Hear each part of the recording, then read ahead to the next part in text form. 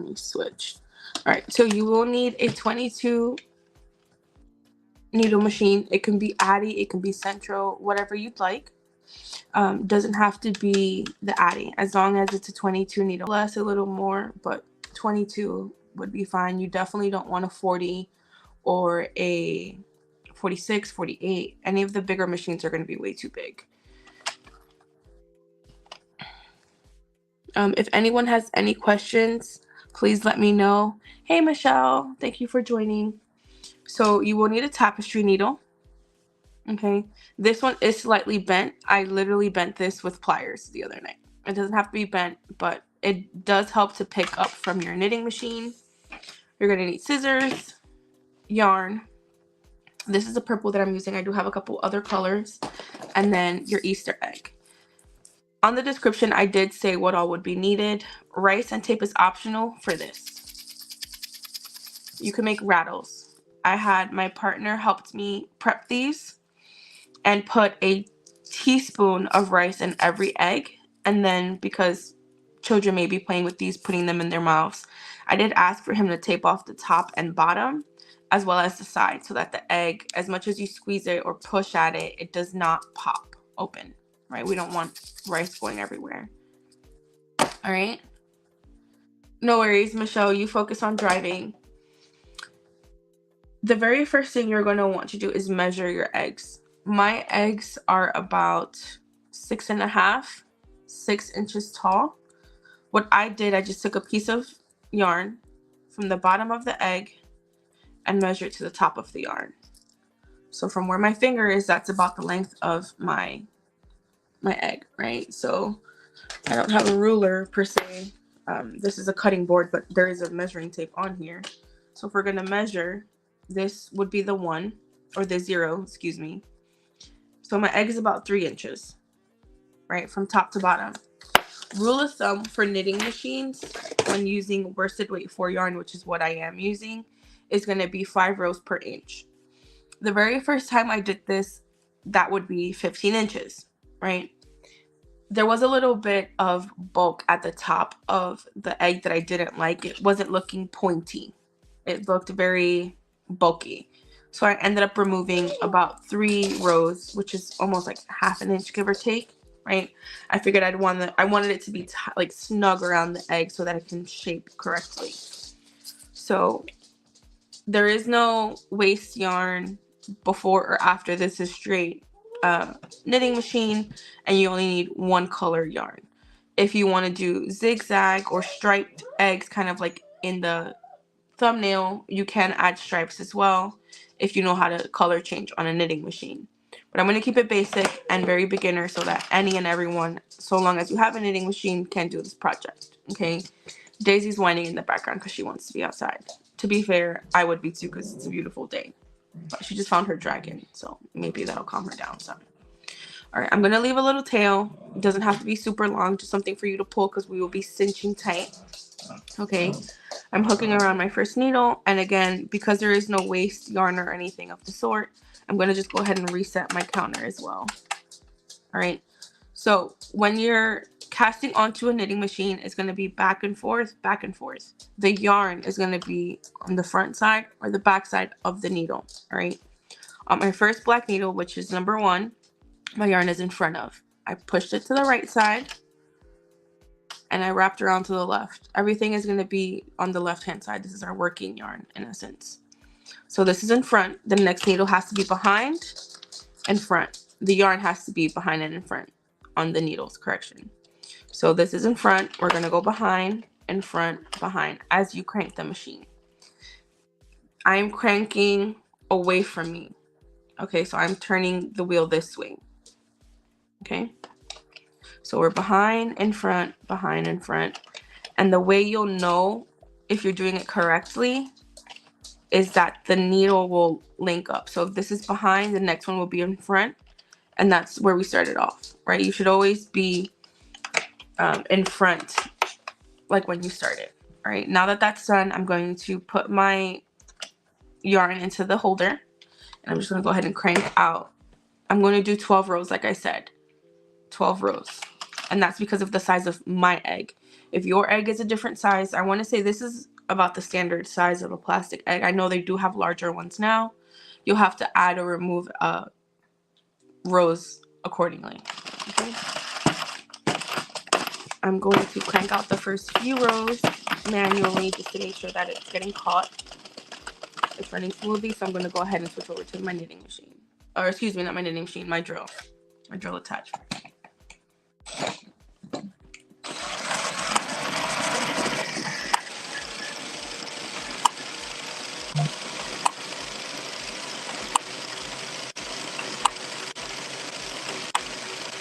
Well, 13 doesn't have to be exact. I think I'm going to do 12. I took off 3 rows. So this is where I end. All right, I am going to take about a foot long tail just so that I have something to play with. Okay, let me not do that because I almost just lost my tail. We're going to release the yarn from the yarn holder, and I'm leaving it behind the white. I'm going to start picking up at the black needle. I'm going to I don't even know what the term is, but I'm going to put my yarn into my tapestry needle. And I'm going to show you a quick way to do that. You're basically just going to grab the yarn with your fingers, right? Your pointer, or you're pinching it. You're going to wrap it around your needle by the eye, pinch it as well. You're going to slide it out. Now you have this little tip of yarn here. I don't know if you can see that. Right? It's not. Here we go. Do it again. You're going to lay your yarn over your needle and you're going to pinch. You're going to slide your needle out so that the yarn is pinched between your fingers, and you're going to rotate so that the eye of the needle is directly over the yarn. Okay? And you're going to rub and push down. The yarn is now in the eye of the needle, and you're going to push forward to just pull it out. Okay? That's the easiest way to thread a needle. I think that's the words that I was looking for earlier. All right, now that that's done, you're going to go picking up stitches. So this is our last finished stitch. I'm going to crank the machine. And as we crank, you want to be very careful. You want to look very closely. Let me just bring this down some. At the yarn and the needles. So here, that very first black needle is down. That stitch is available for us to pick up. You want to pick that up. Okay, you can't see my face, but you want to pick this up. That's what's important. You want to see that. All right? And that's why I bent my needle. It's easier when it has a little curve to just pick up. Okay? At first, you will have to kind of go one at a time, very limited, right? But then once you get a few loose, then you can keep going forward. Right? So I'm at around here near where the screw is. Let me move forward a little more so you can see. Again, this one has been released so I can pick up. Okay. So you're going to keep doing that all the way around, and this is a cast off method. Once you have a few, or you have a little bit more work with your, you have a little bit more space with your work getting off of the needle, you can go picking up. All right. And that's exactly what I'm doing here. This is not going to go anywhere because it has yet to be released. Okay. This is double, so let me make sure that doesn't get stuck in there. And I'm going to keep cranking until they fall off. So I have about 3 ready to go. I'm just going to go in and pick them up. You can hold it with your thumb. You can let it slide back, whatever you're comfortable with, as long as it gets picked up. With this can be tricky at first. You can drop stitches, so you want to take your time and not rush this part. With practice and experience, it'll become faster and easier. Okay. I want to make sure everything is in frame.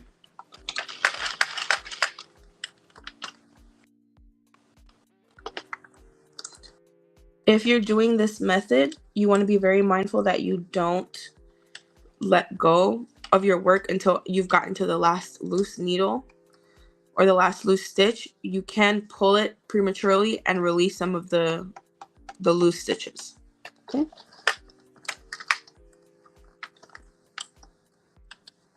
And as you see, this needle is going to drop and the stitch will be free for us to pick up. All right. And that's it. Okay. Very tiny, using very little amounts of yarn. You can probably do this with scrap yarn or loose ends. I'm actually going to be doing that for my other eggs. So this bit of yarn here is a little bit of yarn that I had left over from a skein. I knew I couldn't make a hat out of this or a headband. So I kind of put these little like loose ends of yarn off to the side to make either coffee cozies or again just products that require small amounts like this. So I'm going to be actually using this bit of scrap yarn that I had left over from a skein to work on some of my yellow or tan eggs technically. Okay, this is done. This is our knitted side of the project. You have your purl side. I'm going to put my needle inside so that it's on the quote-unquote bad side of the project. And then I'll bring this up a little bit so the camera is just like not in my face. We're actually done with the knitting machine for this portion, so I'm going to just get it out of the way as well. And then I'm going to move up so you can see what I'm doing. I'm just cinching in now to close that hole. And what I'm going to do is just kind of do a cross to make sure that the hole is secure and closed. And it doesn't have to be pretty. Again, that's why we're on the quote-unquote ugly side of the yarn, right? I'm going to put my needle through the hole just to make sure that it's nice and taut. And it just adds, again, just tautness to it. Like a little mini knot. It's not a secure knot, but it's tied. Again, going through the loop. And then kind of just looking on both sides. Did you guys see that? My piece of yarn from what we just from the initial start got caught. Just want to make sure that doesn't happen to you because we will need that in a moment. I think I might do one more just for giggles. Okay, and then now I will knot this off. That just came out. It happens, right?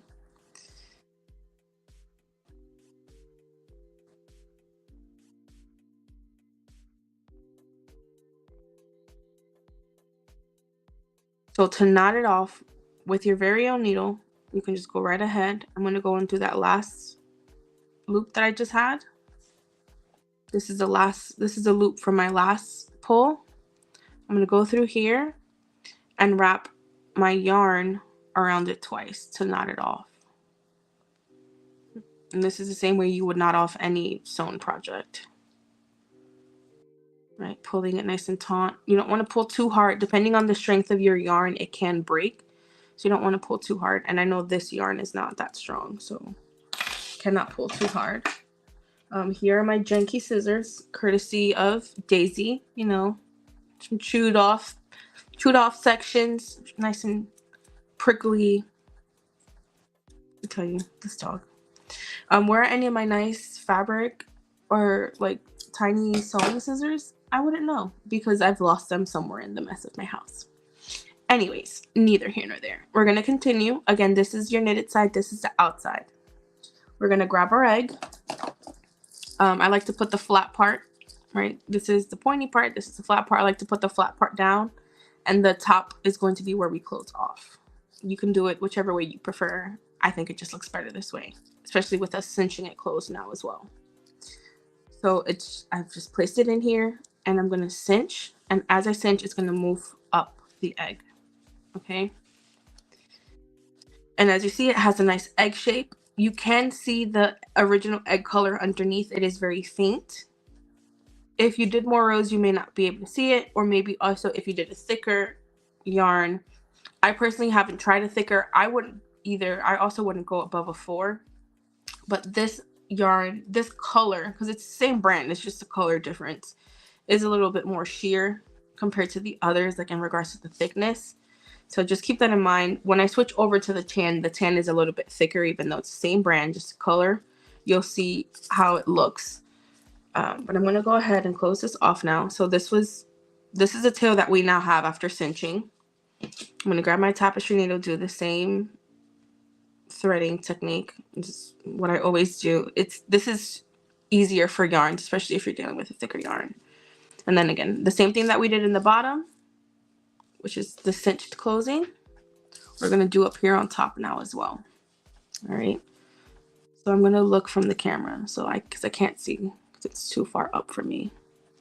So I'm going to do kind of like a cross, right?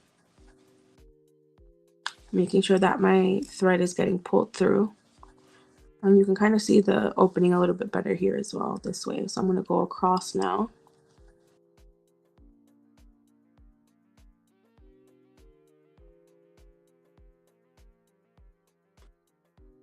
All right. That looks pretty close to me. I'm going to do the same thing. I'm going to go on the right side because the left side is where my yarn is coming from. If I were to push it through from left to right, it would just basically pull out, and I don't want that. So that's why I'm coming in right to left, and then I'm going to knot this close. So again, I'm just wrapping my yarn around my needle twice, holding my finger down on it so that it doesn't move all that much, and pulling closed. Okay. Pulling close, and then you have like this weird little tail. I cannot stand it. So what we're going to do is just kind of pull it down into the work and come off to the side. All right. Let me try to come down lower, down here. Yeah. All right. Just coming out of the work, pulling down and taunt so that it lies flat and it's not sticking up like it was earlier. All right. Now we have our tail. I'm going to go ahead, release my needle, cut the tail as close as possible, but make sure you don't cut your work. Okay. With the very same needle, we want to get rid of this little tip. We're going to take the needle into anywhere else, the rest of the work, and kind of just like pull it down, pull that loose out. All right, so this is what it looks like. All right, and again, if you go with the rice option, now you have this cute little egg rattle for babies. Okay, let's do the tan so that you can see what that looks like as well. And again, very little amount of yarn, right? This is small. Let's see if it's enough, because I personally don't know if it is or not, but we're gonna find out together, right? Nothing better than a nice game of chicken. All right, and then so this is gonna be my yellow, right? I do technically have yellow yarn, but I wanted to stay a little bit more so on brand since I will be selling these in my business. All right, so we're gonna go back to your first needle. And again, we're going to do a cast on method. We don't need any waste yarn, anything like that. A little tail for when we pull closed. My tail is on the right side of my needle. My working yarn is on my left. And again, it is in front of my needle. It's being hooked underneath that first hook. It should look like this. Okay. It's underneath that needle. All right. I have reset my counter because we're starting a new project. All right. In front, behind, in front, behind.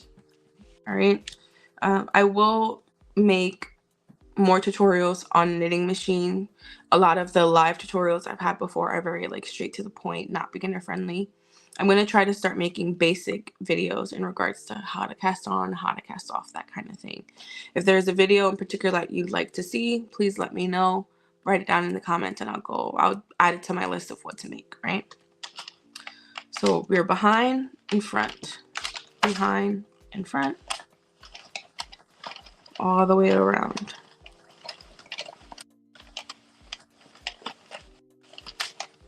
Okay, and like I said, most knitting machines have an even number. If you cast it on correctly, you will be in front of your very first needle. That's just a quick way. If you dropped a stitch, if you drop two, you still may be in the front again. But rule of thumb, that's a quick way to know if something is off, right? Just from the initial start. I'm gonna get the first few hang cranks. I don't have this bolted down anyway, so I apologize. All right, that's going smoothly. Okay, so I'm gonna go ahead and crank out the rest with my drill. Okay.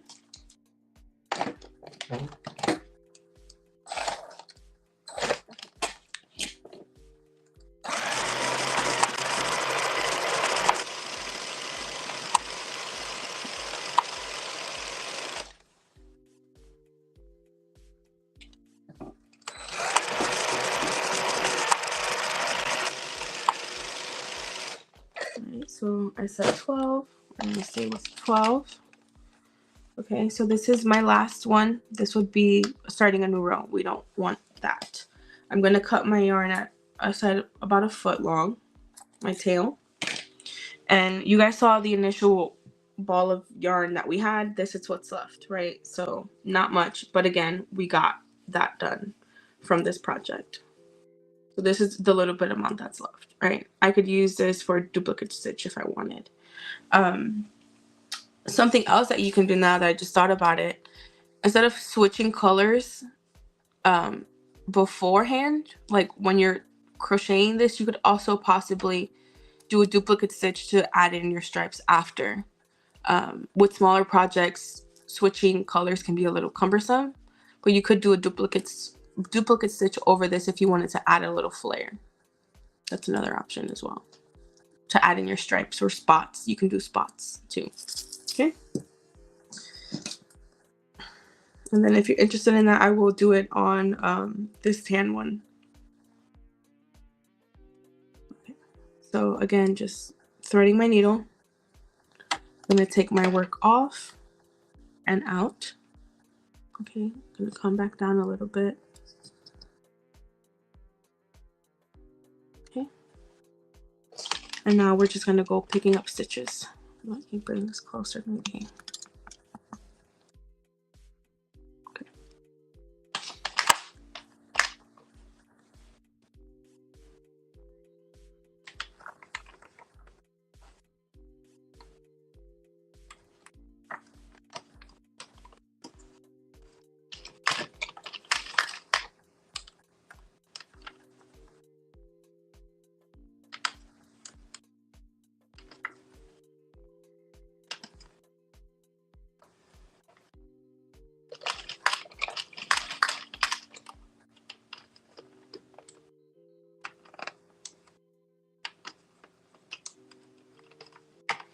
All right, please let me know if any of you guys have any questions. I will gladly answer them.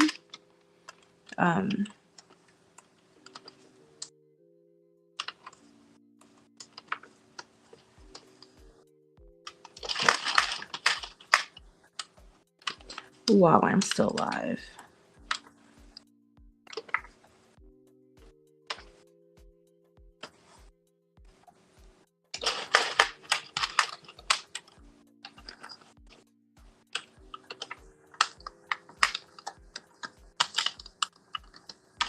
Okay. So again, we're just going to cinch this closed.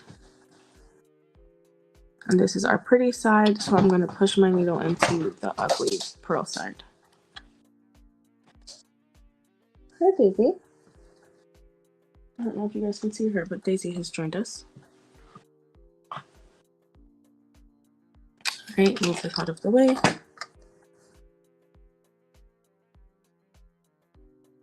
And then cinch and close.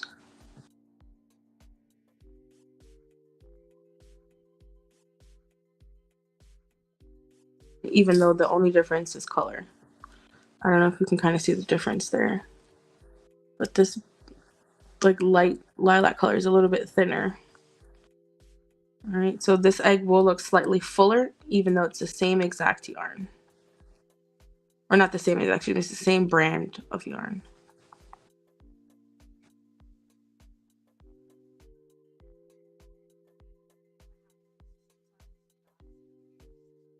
Fibers, weaker. There's a number of things that play into it. All right, just checking to see what it looks like. Looks okay. I'm going to go ahead and knot it off.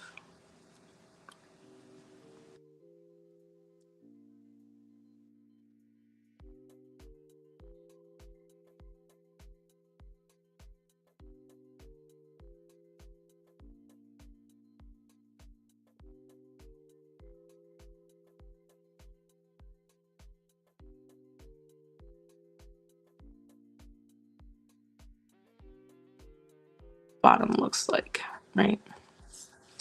Okay. There we go. So here's my egg. Again, you don't have to put rice in it if you don't want to. They don't have to be rattles. But if you wanted to, you could put rice. You might be able to put some like dry beans, right? Anything hard really that'll make noise once it hits itself.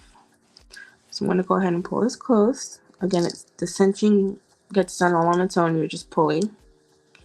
Okay, and as I said, you can see the original color of the egg through it very like oh so slightly, right? If you did more rows, it would just make it longer. It's not going to make it fuller. Okay. So here's my top. I'm going to go ahead and close it off.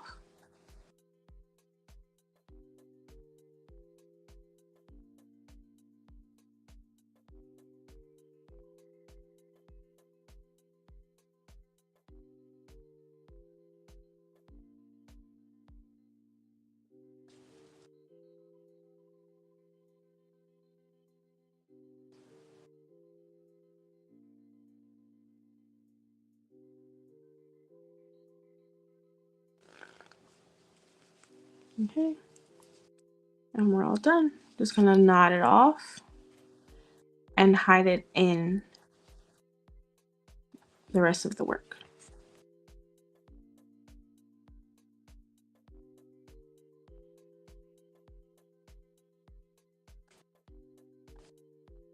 Okay.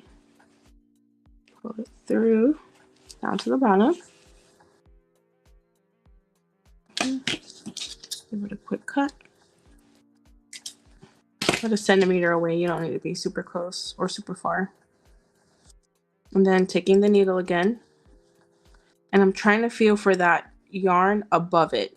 Okay, like down here somewhere is where it's coming from. So I'm trying to feel for it to pull it inside to my work. And there you go. So I mentioned you can do duplicate stitches, right? So let's say for instance, we wanted to add a pop of color. I have another thing of scrap burgundy right here. All right, so let's add some dots, right? Let's see how that could be done. I'm trying this first with you guys on here. Let's make that longer. Trying to set myself up. I see. All right, let me get a nice long piece. Okay. It's better to have more than not enough.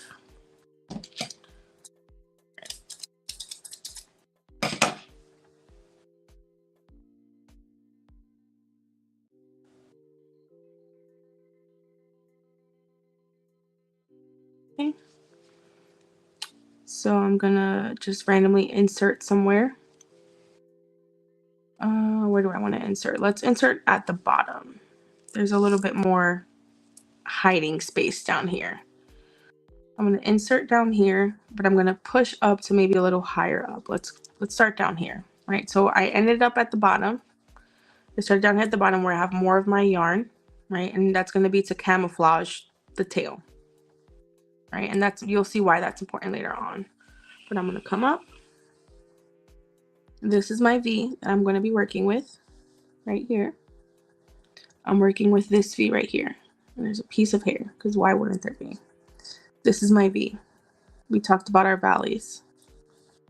All right, I'm leaving myself a tail to tie and cut off stuff later. So if I start down here, I'm gonna go through the top and come back down into my initial valley. Now, this is just going to be one stitch, so let's find a random place to move to next. All right. That's the first little spot, speckle, whatever you want to call it, right? So my yarn is hidden here. You can kind of see it a little bit, but that's okay. And I'm going to go through up and over. Okay. And let's go over here somewhere. These are just going to be random speckles. Okay, let me loosen that up some. It's a little snug. Don't want it too tight.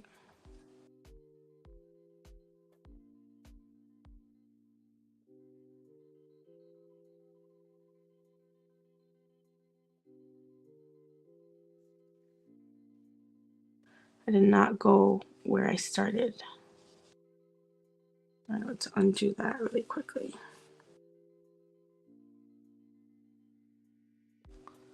Okay. So I came up here. This is where my yarn started. I need to do up one more. I went into the wrong row. Okay. This here is the V that I need to work with. I worked on the wrong V because this is the valley that I'm in.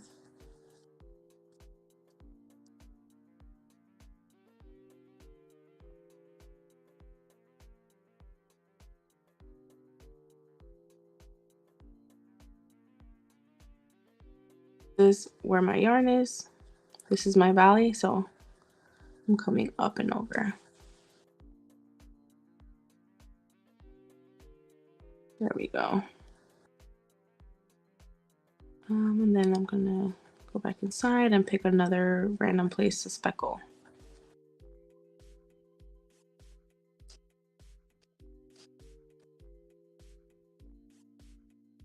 Okay.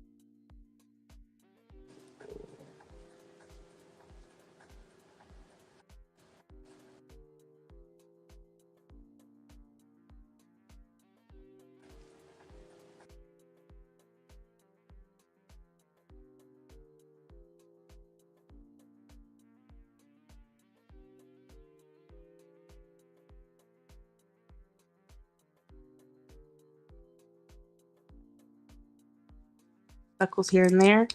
I'm going to try to get my yarn all the way back down to where I started, where I pulled it out from, just down here. Okay.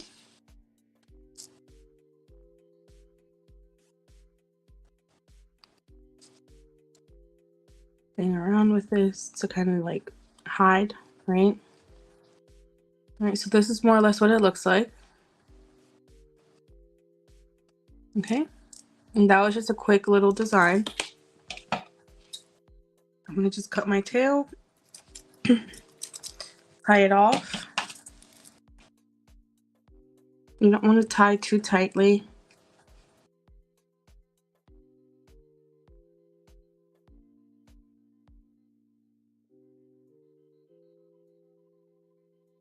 Do your to your duplicate stitch. All right, so giving myself about 1 centimeter to work with. Getting rid of this. That's on my needle, and I'm gonna hide this again with the rest of the working yarn inside underneath.